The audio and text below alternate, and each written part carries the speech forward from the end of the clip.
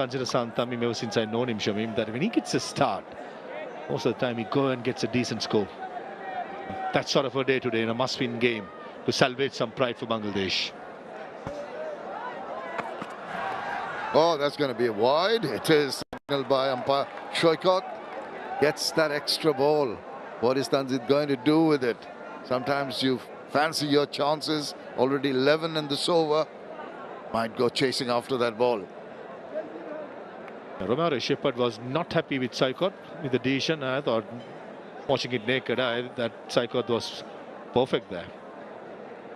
Missed out in the first game, 15 of 5, and then 61 of 48. And it's going really, really well, 50 of 36. There he goes, just thinking of going on the charge, squirts it away to deep cover and gets a single to finish a 12-run over, 79 for 2.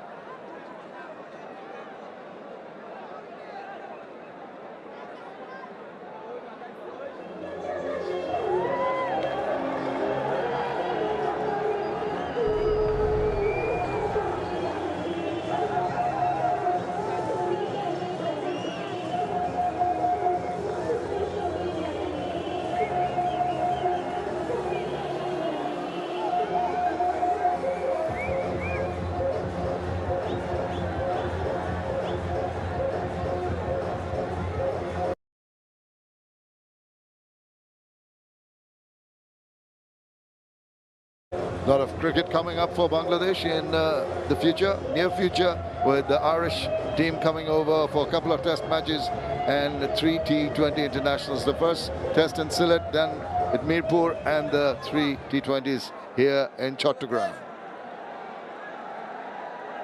And those 3 T20s will be the last international T20 series before the World Cup. Gets behind that. It's flying, gone all the way.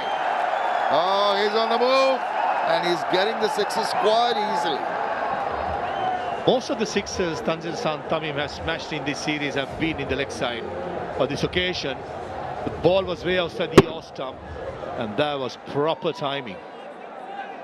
Probably wanted to go a long on or straight down the ground, but since the ball was way outside the yaw stump, played through the line. That was the best part about that shot, rather than going with the turn towards the leg side. Here comes Gudakesh Motie with a massive 6. And now this time he goes straighter. That's what you're talking about. Oh, almost a superb catch. But unfortunately, Rovman Powell flows it. And I think that's the third catch dropped here. Luck favouring Bangladesh here. Luck favouring Tanzil.